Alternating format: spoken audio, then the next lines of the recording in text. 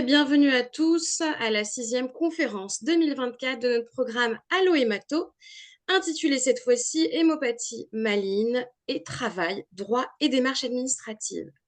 Alors comme vous avez pu le remarquer, je ne suis pas Karine, je suis Nassima Benberim, vice-présidente de l'association Vivre avec une NMP. Karine, notre présidente, est arrivée il y a moins d'une heure en Polynésie française pour installer l'association là-bas. C'est extrêmement attendu par les équipes sur place, par les médecins. Donc, on est ravis et nous ne manquerons pas évidemment de vous commenter toutes les actions qu'on va mener sur place. Nous sommes, comme vous le savez, en plein septembre rouge, 3e édition. Donc, bienvenue à tous nos copains de galère, quel que soit leur cancer du sang, nos copains des lymphomes, des myélomes et j'en passe. Comme vous le savez, on a plein d'hémopathies malignes, donc bienvenue à tous. Côté pratique, vous avez 2 espaces, un espace chat discussion, vous pouvez échanger entre vous, et un espace questions-réponses pour justement poser vos questions à nos intervenantes. Vous trouverez sur ces espaces Pauline, notre couteau suisse qui vous accompagnera sur ces 2 espaces. Alors pour développer le thème du jour, j'ai le grand plaisir d'accueillir Nathalie Vallée-Renard, cofondatrice d'entreprise et cancer, et Sophie Chatagnon, qui est également ambassadrice au sein de l'association Entreprise et Cancer, consultante en organisation d'entreprise et relations humaines, et également Equicoach. Bienvenue à vous, mesdames, et merci d'être là. Alors, c'est vrai que lorsqu'on entend et lorsqu'on apprend, que ce soit pour nous-mêmes ou pour quelqu'un de notre famille, qu'on a un cancer, c'est tout son monde qui s'écroule. Il y a le diagnostic à encaisser, il y a les symptômes de la maladie, il y a les effets secondaires des traitements. La qualité de vie, clairement, du malade est totalement impactée. Alors évidemment, on pense souvent à la sphère personnelle, aux proches, mais il y a aussi la sphère professionnelle, le travail. Alors comment envisager son travail, sa carrière, avec un sac à dos appelé cancer? Nathalie et Sophie, vous allez nous aider à y voir un peu plus clair sur ce sujet-là. Merci d'être là encore. À vous, Merci, mesdames. Merci Nassima, bonjour à toutes et à tous. Grand merci d'être là avec Sophie, on est ravis. On va peut-être se présenter, ou Sophie, est-ce que tu veux dire autre chose à ton sujet avant que je prenne quelque chose? Non, Nassima a très bien résumé mes activités actuelles. On voit que Merci. tu es Equicoach avec ce joli tableau de cheval derrière toi. Voilà, Parfait. plein de Complètement couleurs. dans le Alors, thème. bien sûr qu'on va parler des droits et des démarches administratives, etc. Mais il y a tellement d'autres choses autour de ça que j'ai d'abord envie de vous expliquer pourquoi et comment on a créé l'association Entreprise et Cancer, ce qu'on fait, parce que ça va répondre à une partie de vos problématiques là. J'ai été touchée par un cancer, j'étais consultante RH et je suis allée voir les DRH que je connaissais à l'époque en leur demandant si c'était un problème ou pas, ce truc-là, ou si c'était que mon petit problème à moi dans mon coin. Et les mots que j'ai récupérés, c'est compassion et désarroi, c'est-à-dire on est désolé pour les personnes qui sont de plus en plus nombreuses en entreprise à être touchées par cette maladie. Je parle cancer, tout cancer, hein. Et en même temps, on est dans le désarroi, c'est-à-dire qu'est-ce qu'on peut dire, pas dire, comment agir, comment être juste, comment ne pas être indifférent, mais ne pas être intrusif. C'est la question de l'intime qui arrive sur le lieu de travail. Donc, pas si simple pour l'entreprise aussi de savoir ce qu'elle peut faire ou pas. Et puis, c'est pas à vous que je vais l'apprendre, mais le cancer, c'est soudain, tout de suite, la possibilité et la proximité de la mort. Cancer égale, dans l'imaginaire collectif, hein, la mort. Donc, c'est un sujet qui fait très, très peur et c'est un sujet qui est rempli d'émotions. L'association, elle est née sur ce terreau-là et sa vocation, c'est le maintien en emploi des personnes touchées par un cancer dans toutes les entreprises et tout type de cancer, bien entendu. On a une vision systémique du problème, c'est-à-dire que bien sûr, on parle de la personne concernée, que vous êtes certainement si vous nous écoutez, Sophie et moi, ce soir, mais autour de nous, au travail, il y a des collègues, il y a un manager qu'on appelle un responsable, il y a un dirigeant, il y a un RH, un responsable des ressources humaines.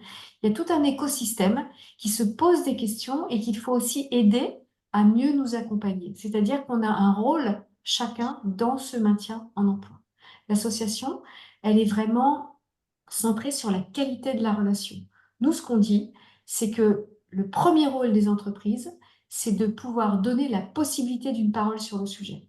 Si on peut se parler, si on peut s'expliquer, si on peut donner à comprendre, alors il y a toutes les chances qu'on arrive à se saisir des dispositifs que Sophie va nous présenter dans quelques minutes. Parce qu'on est quand même en France en 2024. J'allais dire, on a de la chance, entre guillemets, de tomber malade à cette période dans ce pays-là.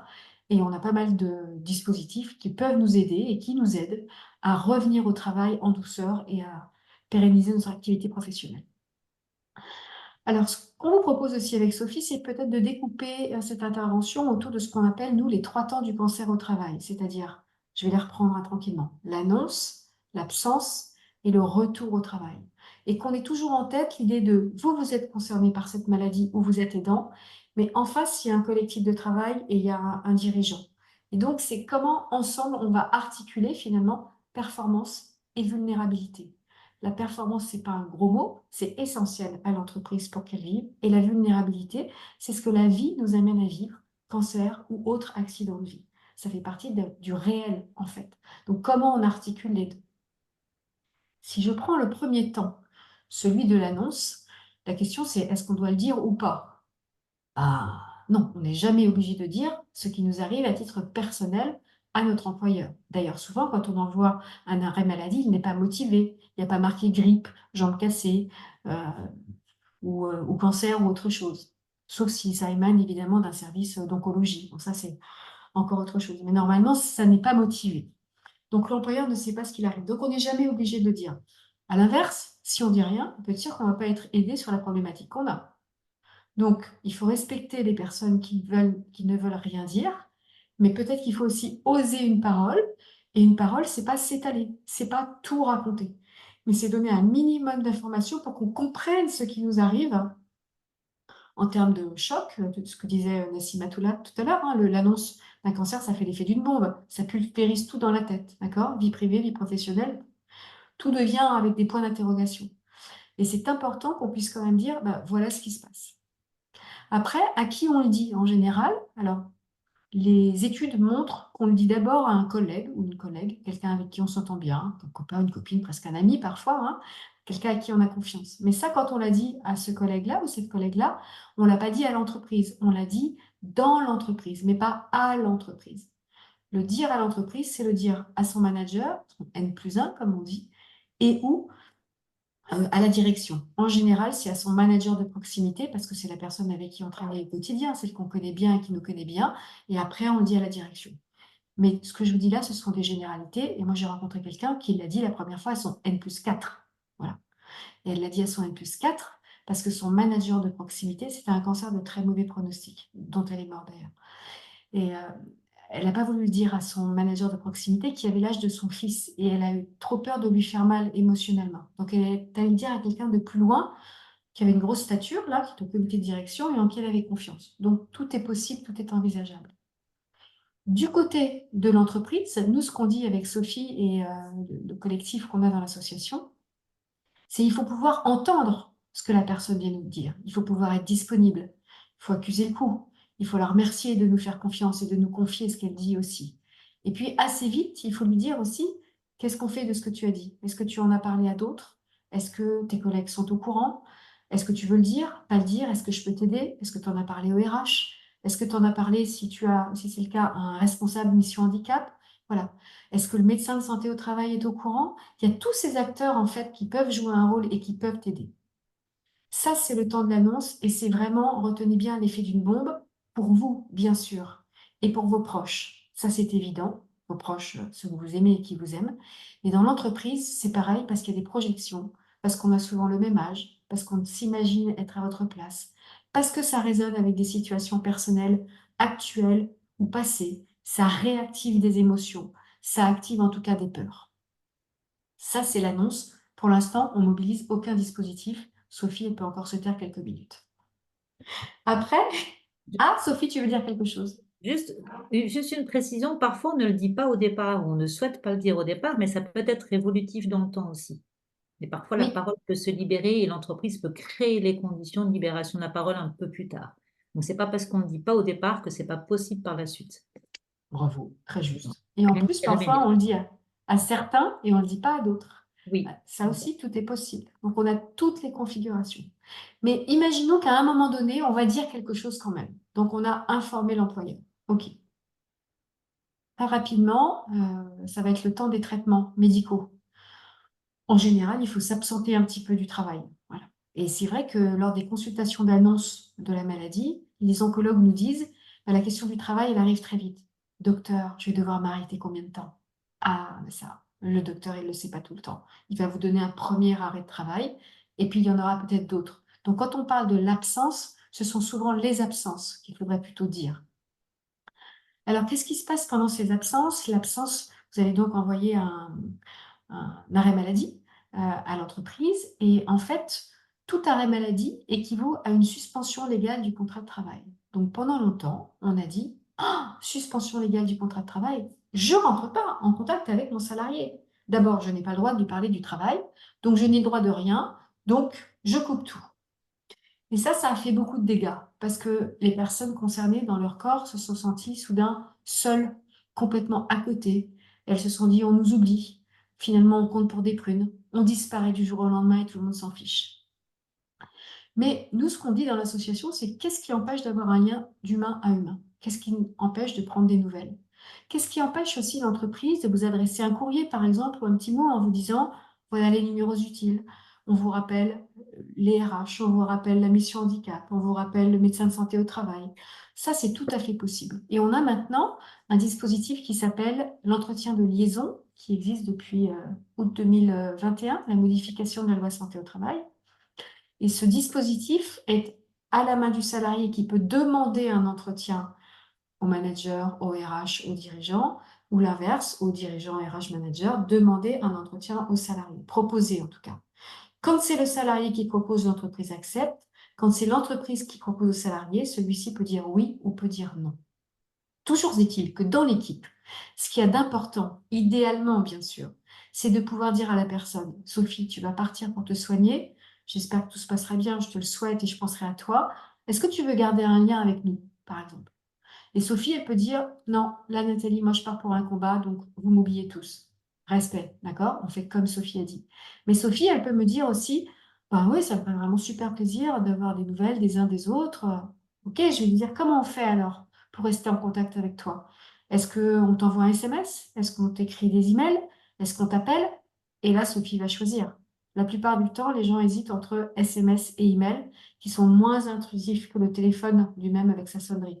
Et ces personnes nous disent, bah, ça permet de répondre quand on veut, quand on peut, quand on a envie, quand on est suffisamment en forme, quand on a le moral. Donc cette question de l'absence ou des absences, elle pointe l'enjeu du maintien du lien. Il faut pouvoir proposer un maintien du lien que la personne prendra ou ne prendra pas. Certaines personnes vont vous dire, oui, je prends maintenant, et puis au bout d'un moment, il n'y aura plus de nouvelles. Eh ben, c'est pas parce qu'il n'y a plus de nouvelles qu'il ne faut pas donner signe de vie. En fait, peut-être qu'elles sont tellement mal, moi je l'ai expérimenté sur un passage en chimiothérapie, qu'elles ont le moral, moi j'ai eu le moral dans les chaussettes, fond du trou là, et j'arrivais pas à répondre, parce que j'avais l'impression d'avoir que du négatif à donner. Donc c'est peut-être des moments où on est sensible à ce qui arrive vers nous, mais finalement on n'est pas en capacité de répondre tout de suite. Quand on envoie un message, on l'envoie comme un cadeau, pas pour le merci qu'on va avoir, mais pour le bien que ça peut faire à l'autre. Ça, c'est le deuxième temps. Sophie, tu veux ajouter quelque chose sur ce temps de l'absence ou des absences? Non, est-ce que tu souhaites que je parle des dispositifs pendant justement ce temps d'absence? Eh bien, là, ça commence à être intéressant, oui. Vas-y. Parce que vous l'avez compris, merci Nathalie. Vous l'avez compris, Nathalie, vous aviez rappelé l'enjeu du maintien du lien qui est essentiel pendant l'absence et à deux titres. Une question de place, parce que la personne dont le lien est maintenu pense et ressent que sa place est toujours là dans l'entreprise à son retour. Et justement, pendant cette absence, le maintien du lien permet de proposer à la personne qui est en arrêt maladie un certain nombre de dispositifs. Il existe des dispositifs que l'on connaît d'aménagement du temps de travail, des postes de travail post-retour après maladie, mais il existe de nombreux dispositifs qui sont très intéressants aujourd'hui pendant l'absence et à activer pendant l'absence. Et ces dispositifs, il y en a un qui est tout simple, que vous connaissez peut-être, qui est déjà la visite de pré-reprise, qui est à distinguer de la visite de reprise. Qui est à l'initiative du salarié. Donc, toujours pareil, si l'entreprise arrive à maintenir le lien et si le salarié est d'accord pour maintenir le lien, on peut suggérer à celui-ci une visite de pré-reprise avec le médecin du travail qui permet d'anticiper un retour au travail dans les meilleures conditions avec le fait d'envisager des aménagements de poste, des adaptations du poste ou du temps de travail, des préconisations éventuelles de reclassement, voire des formations professionnelles. Et ça rassure le salarié, ça peut aussi rassurer l'entreprise et le collectif de travail, ça permet une reprise adaptée. Ensuite, un autre dispositif qui existe pendant toujours l'absence, c'est une demande de reconnaissance de travailleurs handicapés, qui est un dossier donc administratif hein, qui peut être fait donc, pendant cette absence, qui permet aux salariés de bénéficier d'un certain nombre de mesures favorisant son maintien dans l'emploi ou l'accès à un nouvel emploi, avec des effets un peu équivalents qu'à la visite de reprise, qui peuvent être l'aménagement des horaires de travail, une adaptation du poste et des dispositifs dédiés à l'insertion professionnelle, type des stages, des contrats d'apprentissage ou autres. Un bilan de compétences peut aussi se réaliser pendant l'absence du salarié auprès de Pôle emploi ou d'autres organismes privés, parce que parfois, et Nathalie le rappelle souvent, parfois on peut rester dans la même fonction, dans le même métier ou dans le même entreprise, pardon. Et parfois, tu cites l'exemple souvent, Nathalie, du coiffeur, hein, j'ai une invalidité au niveau du bras, j'ai été dans un salon de coiffure, coiffeuse, et ben peut-être que demain, je vais être obligée de changer de métier. Il existe un dispositif aussi qui est très intéressant qui s'appelle l'essai encadré, qui est à demander dans l'entreprise hein, et qui peut être accompagné par le médecin du travail et un organisme de placement spécialisé avec l'appui de la CPAM ou de l'assistante sociale. C'est un essai qui permet de préparer ce retour. Je crois qu'il y a une durée de 14 jours qui est renouvelable et ça peut être fractionnable sur un poste ou une fonction de l'entreprise pour pouvoir tester en fait la capacité du salarié auprès de l'entreprise sur un nouvel emploi. Et là, c'est une rémunération qui vient en fait des indemnités journalières de sécurité sociale. Et je crois qu'il y a aussi un suivi d'un tuteur en entreprise sur ce sujet-là, d'essai encadré. Nathalie vous a rappelé ce fameux rendez-vous de liaison qui est issu de la loi de 2021, avec comme objectif vraiment de maintenir le lien entre le salarié pendant l'arrêt de travail et l'entreprise. Il s'agit d'informer le salarié qu'il peut bénéficier d'actions de prévention, d'une visite de pré-reprise parce qu'il ne le sait toujours pas, ou de mesures d'accompagnement. L'ensemble de ces dispositifs, le salarié ou la personne malade qui est en arrêt maladie peut aussi se tourner vers des responsables de mission handicap, vers des assistantes sociales, vers le médecin du travail pour l'aider justement à co-construire peut-être une anticipation et une préparation d'un retour au travail. Tous ces dispositifs, et j'insiste, hein, existent en amont de la reprise et ont pour objet de préparer ce dont va vous parler Nathalie aussi, je vais repasser la parole, un retour qui est serein pour la personne malade, mais pour l'entreprise et le collectif de travail, et surtout un retour qui est pérenne et qui évite ce dont va vous parler Nathalie tout à l'heure, j'en suis sûre. Merci Sophie. Alors, dans ce que Sophie a dit, je rebondis sur 2 choses. La première, la RQTH, reconnaissance de qualité travailleur handicapé, c'est quelque chose qui peut être temporaire. Donc nous, ce qu'on dit souvent, c'est: «D'accord, on a eu un cancer, c'est déjà pas rigolo, on n'a pas envie d'être travailleur handicapé, c'est OK». Pour autant, avant de décider qu'on ne prend pas ce dispositif, on recommande souvent de regarder ce que ça signifie, ce qu'il y a à l'intérieur et ce à quoi on a droit. Et selon les entreprises et les accords, vous pouvez aussi, par exemple, avoir un taxi pour aller de votre lieu de votre domicile à votre lieu de travail. Donc, il y a énormément de choses qui se font, en fait, qu'il faut aller regarder de près. Et ensuite, je sais qu'on a, Nassima le disait tout à l'heure, on a des amis là qui nous écoutent et qui sont en Suisse et en Belgique. Donc, peut-être que les dispositifs dont on parle ne sont pas exactement les mêmes chez vous, mais ce sera hyper intéressant de pouvoir entendre comment ça se passe de votre côté et ça peut donner plein d'idées également. Alors, l'absence, maintenant le retour au travail, tant espéré. On a en France 430 000 à peu près salariés chaque année, non, français qui apprennent chaque année qu'ils ont un cancer. Un peu plus d'un tiers sont en activité professionnelle et on a surtout 80% de ces personnes en activité professionnelle touchées par un cancer qui vont reprendre une activité dans les 2 ans qui suivent l'annonce de la maladie. Donc 80%, c'est très beau, mais ça ne dit rien des conditions de la reprise et de cette pérennité et de cette satisfaction de part et d'autre qu'on cherche à promouvoir dans l'association et dont Sophie vous a déjà parlé en parlant d'un retour au travail serein, serein pour tout le monde. Donc le retour au travail, on le décompose en 3 temps. Anticipation, par exemple avec ce que Sophie a dit, et on sait que le maintien du lien pendant l'absence est un des éléments favorisant la reprise de l'activité, même si c'est un maintien du lien épisodique. même s'il n'est pas comme on voudrait, etc., le maintien du lien va favoriser la reprise de l'activité. La personne sera toujours un peu au courant de ce qui se passe. Elle sait qu'on l'attend. Elle sait qu'il y a une place qui n'est pas forcément la place qu'elle avait avant, mais elle sait que ça existe et qu'elle peut y retourner. Donc ça, c'est l'anticipation. Visite de pré-reprise, je ne reviens pas sur tout ce que Sophie vous a dit. L'accueil le jour J, quelqu'un qui a été absent 6 mois, 9 mois, 1 an, davantage parfois.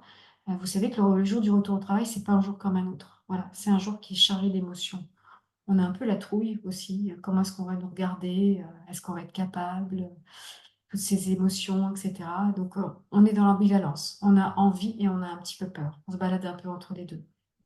Ce qu'il faut du côté de l'entreprise, mais de votre côté aussi, c'est dire si vous voulez, par exemple, qu'on organise un petit pot d'accueil, un petit café croissant, par exemple, ou un déjeuner d'équipe, ou autre chose. Ça va dépendre des cultures d'entreprise, ça va dépendre de la relation que vous avez avec l'équipe et avec votre manager, mais ça va dépendre de comment vous vous sentez au moment des premiers regards avec cette équipe, justement. Parce que parfois, en entreprise, les gens disent « Ah tiens, on va faire un petit café d'accueil ». Et ils le font. Et alors, une fois sur deux, ça tombe du bon côté, c'est-à-dire une fois sur deux, ça fait plaisir, et une fois sur deux, la personne dit, mais j'aurais préféré ne pas avoir ça, j'avais trop d'émotions, j'étais pas bien, j'étais pas prêt à ça, etc. Donc, toujours demander l'avis de la personne, ou vous donnez votre avis sur ce qui pourrait être fait. Anticipation, accueil le jour J, super important que le jour où vous revenez au travail, vous soyez accueilli soit par le manager, et ou par le RH, c'est-à-dire par un représentant de l'entreprise qui puisse vous dire vraiment bienvenue, on est content de te retrouver. Voilà.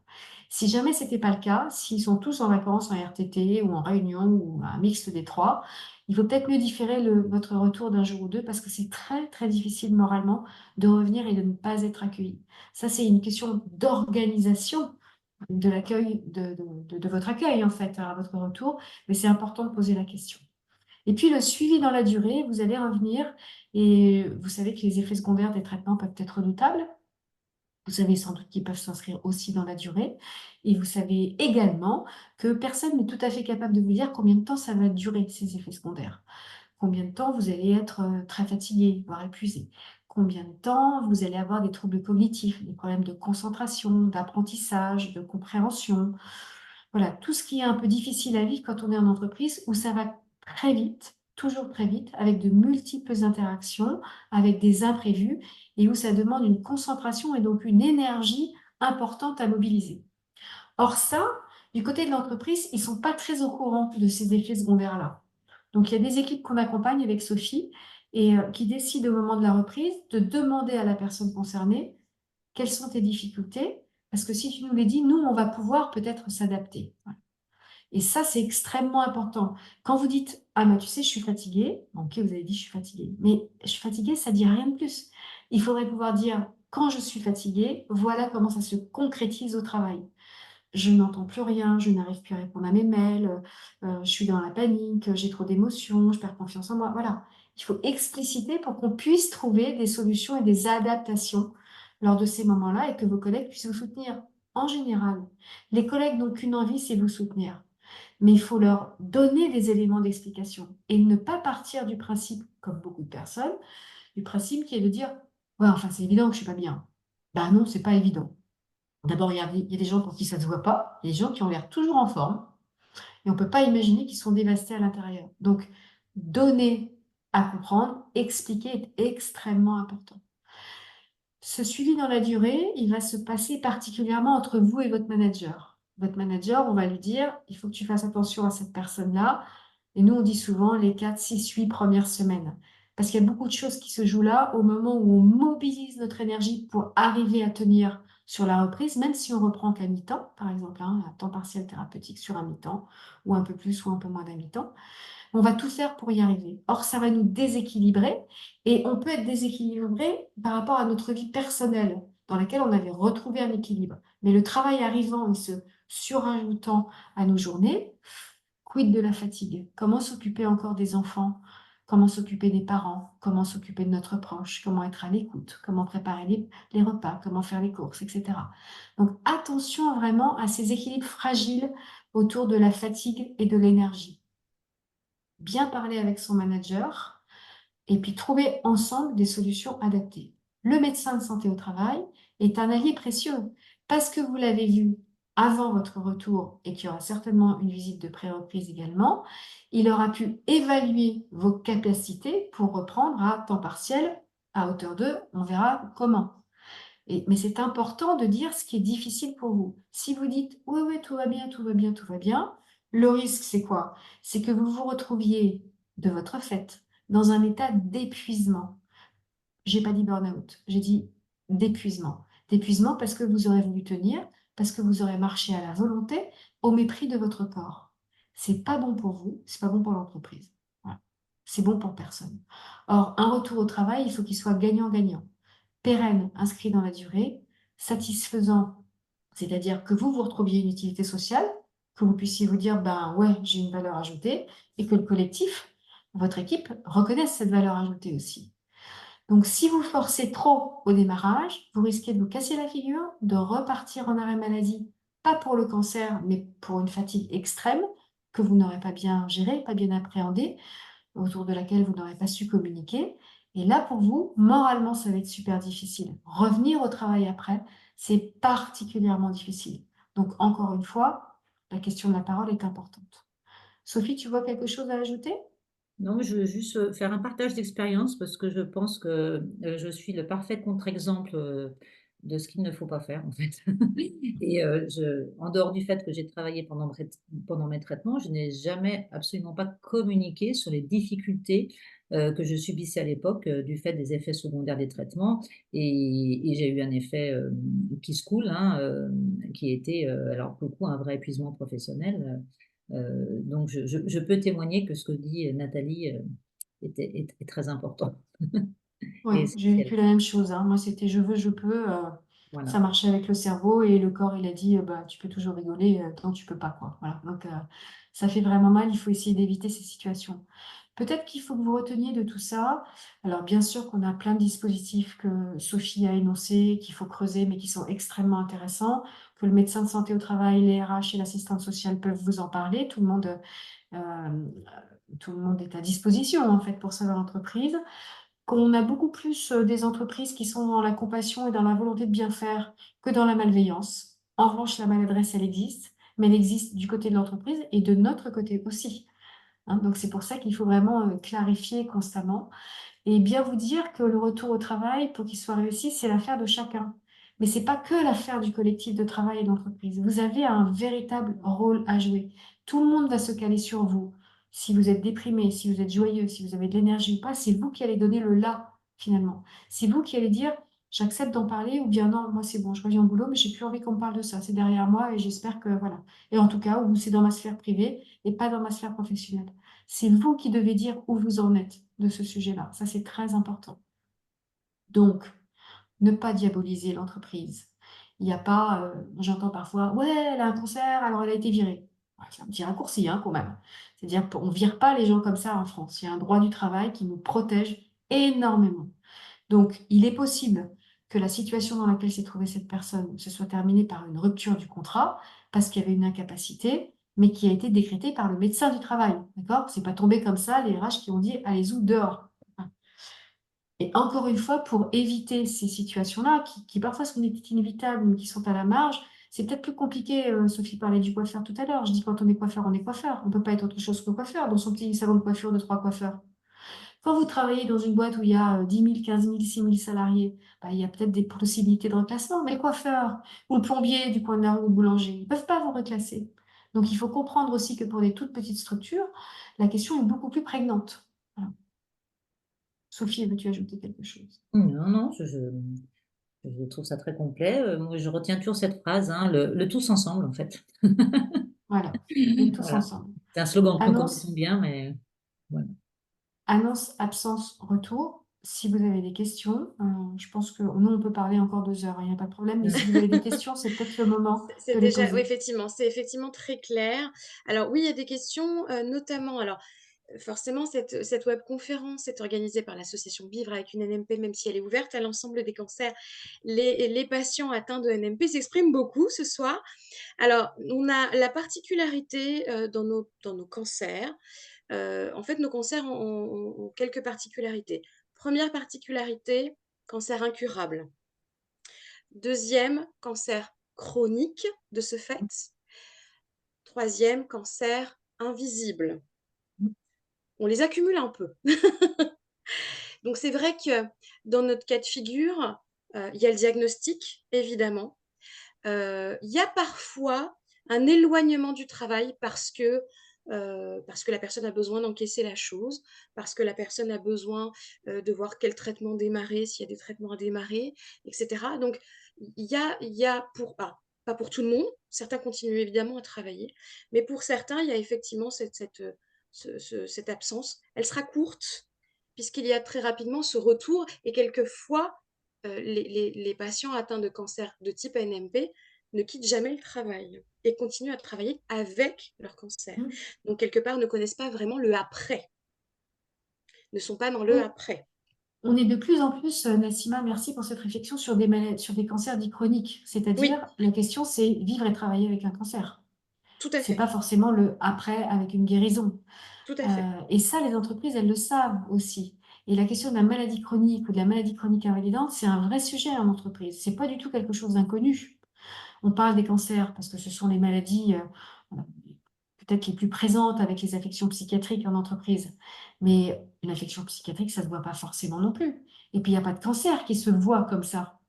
Voilà. Donc, effectivement, la question de l'invisibilité, ben, vous savez bien, d'un côté, ça nous protège parce qu'on ne voit pas. Oui, Et d'un côté, ben, ça nous expose parce que comme on ne voit pas, personne ne s'en souvient, donc personne ne fait attention. tout à fait. Il y a toujours cette ambivalence. Mais effectivement, la question maintenant, c'est d'être sur des maladies chroniques, chroniques plus ou moins invalidantes. Et dans chronique, il y a des phases où la maladie se réveille, des phases où elle arrive à dormir, où on arrive à lui mettre un petit couvercle sur la tête. Et ça oscille comme ça tout le temps. C'est pour ça que c'est difficile pour la personne qui travaille, mais pour son collectif de travail, parce qu'il peut y avoir des sorties pour aller se soigner et pour prendre soin de soi, et puis des retours. Voilà. Donc ça désorganise toujours le travail. Et c'est pas de la faute de la personne, absolument pas. Mais c'est à chaque fois une question pour l'entreprise de se dire comment je me réorganise. Si j'ai un arrêt maladie de 3 semaines de mon salarié, je vais pas forcément le remplacer. Si j'ai un arrêt de maladie de 6 mois, c'est plus simple pour remplacer. Mais on n'a pas toujours des arrêts très longue durée. Donc, du côté de l'entreprise, c'est vraiment compliqué. Mais bien sûr que de notre côté, c'est toujours très compliqué. Tout à fait. Et dans ce sens-là, justement, une personne pose la question, quand on a des rendez-vous, c'est vrai que nous, on a souvent des rendez-vous chez des spécialistes pour faire des examens, etc. Et souvent, c'est des demi-journées, des journées où on est en hôpital de jour, par exemple. Et donc, la personne demande, est-ce qu'on pourrait demander un arrêt médical ou est-ce que c'est forcément un congé payé ou un RTT à poser? Eh bien, ça dépend de l'entreprise. Vous avez des entreprises, quand vous avez une RQTH, par exemple, dont parlait Sophie tout à l'heure, eh bien, vous pouvez, mais ça dépend des entreprises, eh bien, vous avez droit à un certain nombre de demi-journées ou de journées d'absence pour raison de santé, mais liées à des examens médicaux. Voilà. Mhm. Ça peut Ça a plutôt dépendre de être la dans les grosses convention, entreprises. pardon, ça peut dépendre de la convention collective de l'entreprise aussi Ah, et de voilà. ce qu'a mis en place aussi l'entreprise. Et puis après, le médecin traitant peut aussi délivrer un arrêt maladie, j'imagine, sur une demi-journée. Oui, mais on n'est pas remboursé sur une demi-journée. Non, C'est ça qui est un Oui, peu. il c'est qu'on y a a des des carences. carences. On a le On fameux perd, délai de voilà. carence. Donc, ça D'accord. dépend vraiment de l'entreprise. Il faut se renseigner auprès des RH. Les organisations syndicales peuvent vous apporter aussi du soutien. Et parfois, les organisations syndicales peuvent contribuer à bouger les choses, faire bouger les choses. Je pense qu'il y a des RH qui n'imaginent même pas que sur une maladie comme les nôtres, eh ben, il y ait régulièrement besoin, effectivement, de passer des examens de contrôle, d'aller faire ci, d'aller faire ça. Donc, c'est pour ça que c'est important de le dire aussi. Mais encore une fois, ça va vraiment dépendre de l'entreprise. Après, est-ce que c'est RTT? Bah, quand on a des RTT, hein, parce qu'il y a plein de métiers où il n'y a pas de RTT, plein d'entreprises où il n'y en a pas. Moi, j'ai pas. Je suis dans une petite structure qui n'a pas du tout de RTT. Voilà, donc RTT ou congé payé, ben, oui, ça va dépendre. Mm. D'accord. Alors, une autre question, on parlait des RQTH. Alors, c'est une personne qui dit, je suis enseignante. Où se trouvent les infos sur la RQTH? Sur le Ça, c'est site, la grosse question en France, c'est oui, qu'on a beaucoup de droits, mais oui. trouver les informations sur nos droits, c'est un autre sujet. Alors, sur le site du ministère du Travail, vous avez des informations. Et après, enseignante dans le privé ou dans le public? On parle de rectorat, donc je pense que ça Rectorat, doit oui. être... Dans Oui. le public. Se rapprocher aussi, je pense, de son rectorat ou de son organisme administratif qui peut aussi renseigner sur ce sujet-là.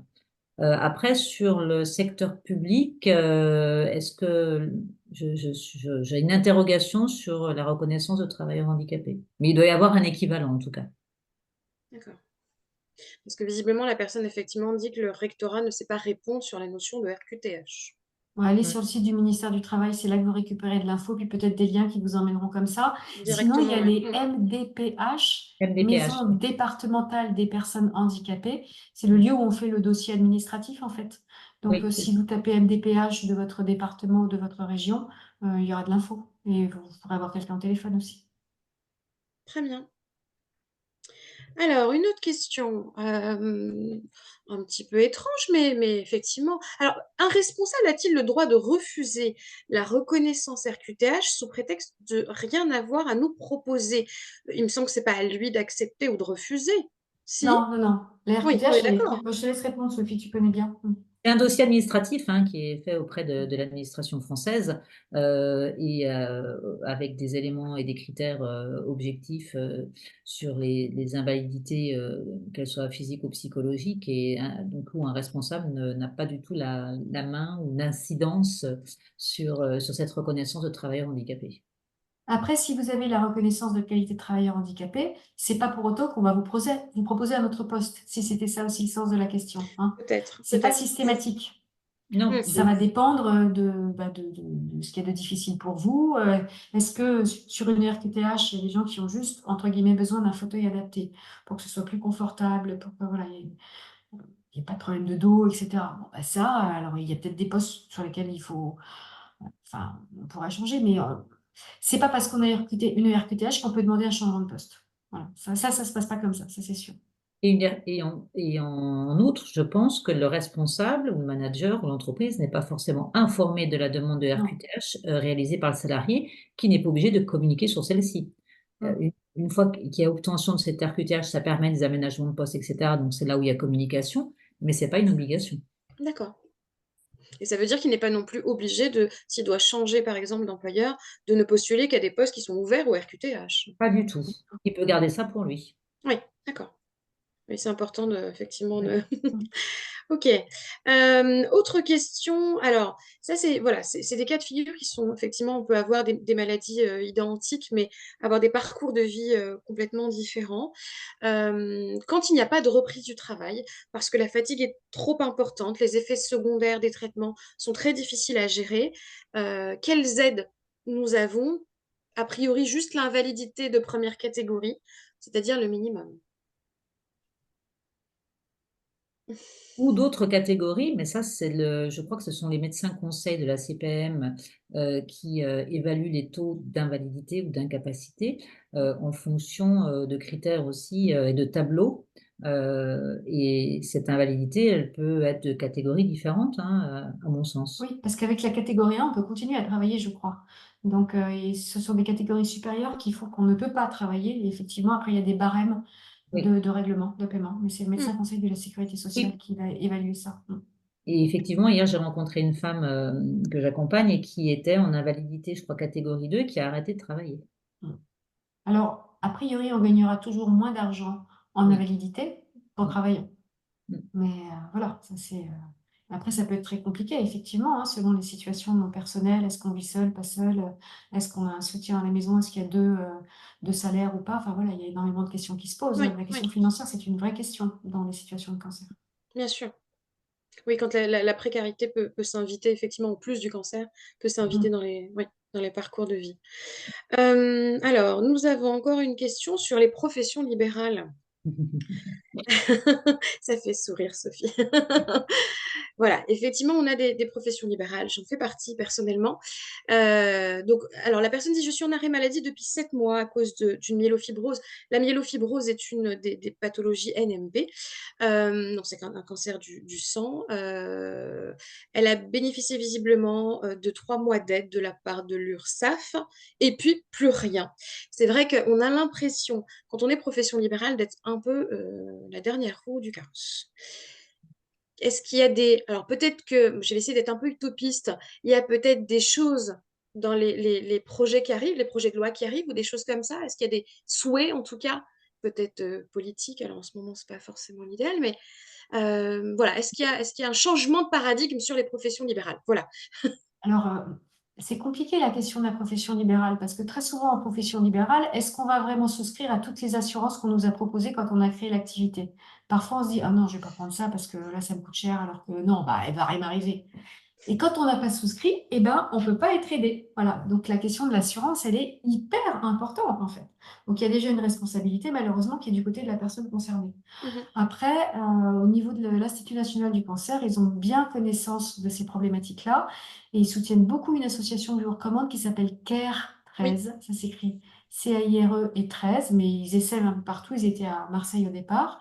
Et CARE 13 vraiment aborde ces sujets de tous les dispositifs et modes de soutien des indépendants, des professions libérales et des commerçants. oui, Ouais. Mais au départ, il faut bien se dire que si on n'a pas souscrit, bah, il n'y a pas de raison qu'on soit aidé. Alors, c'est très dur hein, à vivre, oui, mais ça part de là, en fait. tout à fait, tout à fait. Alors, est-ce qu'avoir une RQTH, donc la RQTH, est-ce qu'avoir une RQTH permet d'avoir la retraite un peu plus tôt? Alors, à ma connaissance, je ne crois pas, mais ça mérite de se renseigner auprès des MDPH, Des justement. MDPH. Oui. Ok, Ouais, je suis pas Mais assez calée non plus sur le j'ai pas point. de réponse là. Mm. ok, d'accord.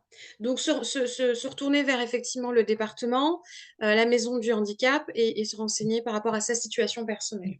Voir une Oui, assistante ou de... sociale, hein, parce que Voilà. les Oui, assistantes sociales sont vraiment des bons relais pour aider les personnes à constituer leur dossier, à trouver les bons interlocuteurs, etc.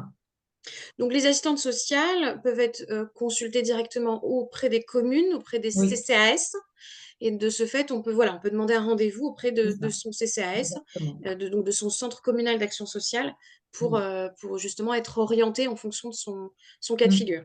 Oui, et Il y se aura des- renseigner auprès de la mairie souvent, hein, de Oui, sa commune, ça peut oui. vous donner un certain nombre d'indications aussi. On a encore une question. Alors, ça concerne dans le cadre d'un congé longue maladie. Est-ce qu'il est possible de fractionner ces jours de congé pour se rendre à ces rendez-vous, à ces examens? Cela peut éviter éventuellement d'utiliser ces congés payés ou RTT. Je pense que la réponse, c'est pareil que tout à l'heure, c'est-à-dire que ça dépendra des conventions collectives De l'entreprise et de du code du l'entreprise. travail. Oui. Et du code du travail. Oui, tout à fait. Oui, oui, tout à fait.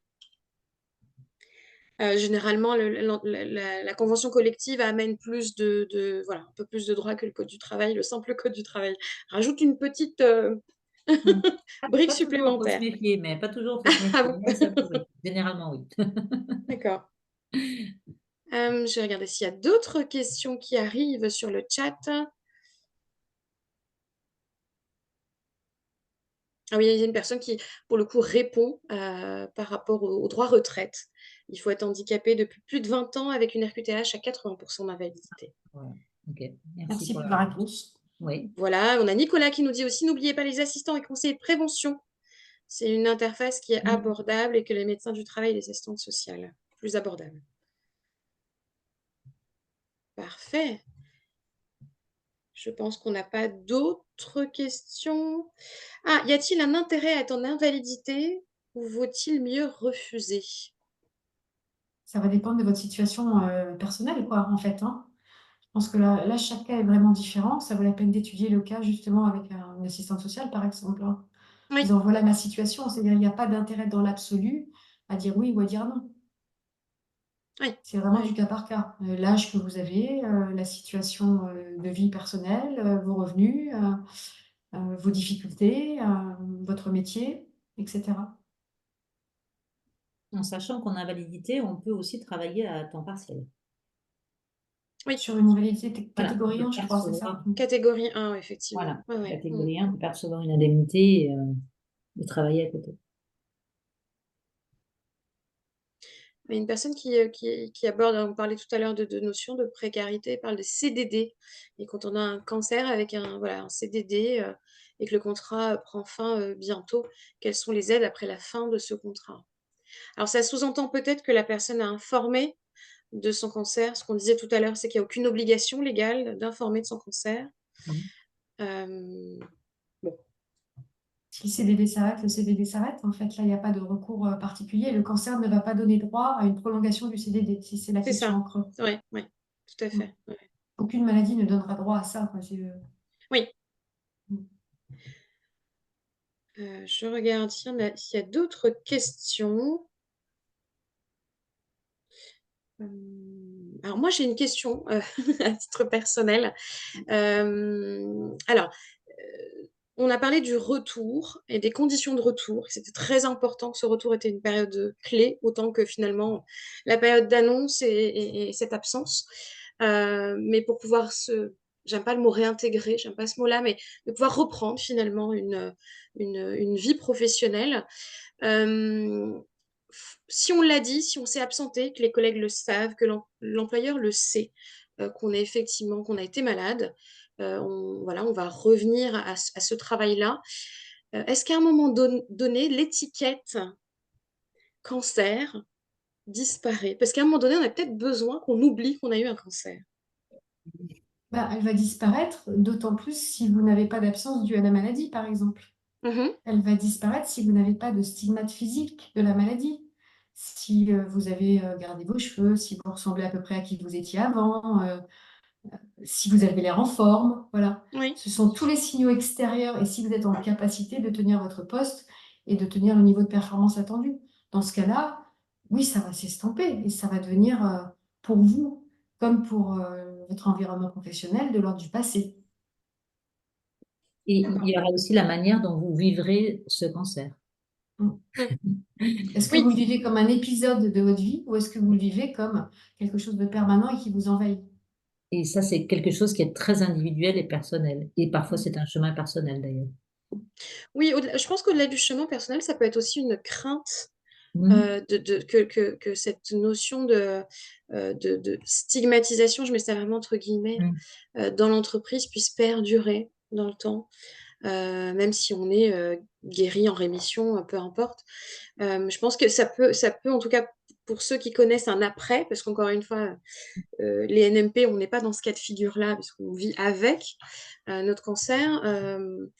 Ça doit être une préoccupation. Se dire, est-ce qu'à un moment donné, on parle souvent du droit à l'oubli, voilà, cette fameuse loi qui est venue effectivement. Mais je pense qu'il y a aussi le droit à l'oubli d'un point de vue relation aux autres. Mhm. Par exemple, quand on va changer de job ou changer d'entreprise, donc comme on n'est pas obligé de dire ce qu'on a eu, ça peut être aussi un moment qui peut faciliter ce Tout droit à à fait. l'oubli. Mais je comprends, la question elle est tout à fait légitime, hein. Est-ce que je vais rester celle qui a eu un cancer tout le temps? C'est vraiment dans la mise en œuvre des situations de travail au quotidien et dans l'attitude qu'on va pouvoir avoir que ça va s'effacer ou que ça va être constamment présent. Si on en parle tout le temps, bah, forcément, ça va se rappeler à tout le monde. Si on arrive à laisser de côté, si soi-même on se dit, OK, j'ai vu un truc énorme, je suis en train de passer à autre chose, voilà, en tout cas, je sens que c'est un peu à côté, dans le regard des autres, ça va se ressentir aussi. Ils le vivront de la même façon que nous. Oui, tout à fait. Oui, tout à fait. Alors, ah oui, on n'a pas abordé le mi-temps thérapeutique en termes de Mhm. dispositif. On Voilà. appelle en fait, on appelle à tort mi-temps thérapeutique, hein, je disais tout à l'heure, c'est un temps partiel thérapeutique qui Oui. va être recommandé par le médecin de santé au travail. Donc, ça peut être moins d'un mi-temps, ça peut être un mi-temps, ça peut être Mhm. plus d'un mi-temps. On peut reprendre à 30%, on peut reprendre Oui. à 75%. Ça, c'est une disposition qui est hyper intéressante parce qu'elle va tenir compte en fait à la fois du travail de santé qu'on a encore à faire pour remonter en puissance et puis des capacités physiques, énergétiques que l'on a, euh, du poste que l'on tient aussi, etc. Donc, je crois qu'il y a de mémoire plus de 60%, presque 65% des patients qui ont eu un cancer et qui travaillent, qui ont bénéficié d'un temps partiel thérapeutique au moment de la reprise. Et ça, c'est une étude qui s'appelle VICAN 5, la vie 5 ans après un cancer, qui est disponible sur le site de l'INSERM et de l'Institut national du cancer. D'accord. Il ne faut surtout pas vous priver d'un temps partiel thérapeutique, hein, parce qu'il faut prendre soin de soi. Et mieux vaut... alors voilà, c'est pas forcément un an d'un coup, ça peut être quelques mois. Et l'idée, c'est de reprendre, de remonter en puissance petit à petit. Voilà. Progressivement. Voilà. Sa limite, c'est 1 an, ce temps Il va La pas au-delà? limite, c'est 1 an. Après, on peut faire des recours, mais ça devient compliqué de faire des recours. D'accord. Parce que, Ok. oui, jusqu'à quand on fait-on un recours? Donc, ça dépend s'il y a eu des rechutes, pas de rechutes. Ça dépend du médecin conseil de la sécurité sociale. Ça dépend de tas de choses. Et en dehors C'est pas du simple. Non, et Oui. à la suite du temps partiel thérapeutique, il y a toujours la possibilité de proposer aussi un aménagement du temps de travail avec un temps partiel. Alors, Un vrai là, temps il y a un partiel. impact sur la rémunération, hein, forcément. Ouais. Oui. Ou une invalidité Mais, de catégorie 1 et un complément en travaillant à temps partiel aussi. D'accord. On peut pas avoir 5 ans de temps partiel thérapeutique. Oui. Mm. Parfois, c'est dommage, on aimerait bien. Oui, c'est sûr. Surtout qu'encore une fois, on parle, je pense que il y a des choses aussi qui vont être amenées à être modifiées du fait de la chronicité de plus en plus présente d'un certain nombre de cancers aussi. Alors, ce qui devrait être modifié, mais franchement, on n'a pas l'horizon du tout, mais il y a des gens qui œuvrent pour ça, c'est cette question de quand je suis en arrêt maladie, est-ce que je suis obligée de ne pas travailler du tout ou pas? Parce qu'on s'aperçoit qu'il y a énormément de personnes qui travaillent encore un petit peu, pas à la demande de l'employeur, mais à leur demande, parce que c'est un besoin de penser à autre chose, de se sentir utile, de contribuer au projet professionnel ou au projet de l'entreprise. Voilà, donc il y a vraiment des questions qui sont portées par tout un collectif et soutenu par l'Institut national du cancer et qui œuvre en faveur d'un assouplissement finalement des conditions de travail ou des conditions de non-travail pendant l'arrêt maladie. Très bien. Je pense qu'on a fait pas mal le tour des questions qui ont été posées. Je regarde, je vérifie, mais je pense qu'on a fait le tour. Je vous remercie beaucoup, Nathalie et Sophie, parce que vous nous avez vraiment éclairé sur cette sphère importante qui est le travail. Euh, quand on a un cancer, donc c'est très très important. Merci du coup pour ce que vous faites au sein de votre association Entreprises et Cancer. Je sais que vous travaillez beaucoup avec les entreprises pour justement préparer tout ça et préparer le terrain à notre finalement au retour des malades au travail. Donc merci à vous. Je voudrais également remercier nos soutiens institutionnels Novartis, GSK, AOP Orphan et BMS. Merci à Pauline derrière les manettes sur les questions-réponses et le chat. Je vous donne la date et le thème de la prochaine webconférence qui aura lieu donc le 17 octobre sur le thème NMP, comment la sophrologie peut-elle vous aider? Attention, petit changement, elle ne sera pas à 18h30 mais à 19h. On a tenu compte de vos remarques. Donc on rallonge d'une demi-heure et on commencera la webconférence à 19h. Lorsque cette webconférence va se terminer, comme d'habitude, une petite enquête va s'ouvrir. Prenez 2 minutes pour y répondre, ça va nous aider à nous améliorer. Merci à tous et je vous souhaite une excellente soirée. Merci beaucoup. Merci, à merci, bientôt. bonne soirée. Bonne Merci. soirée, merci à tous.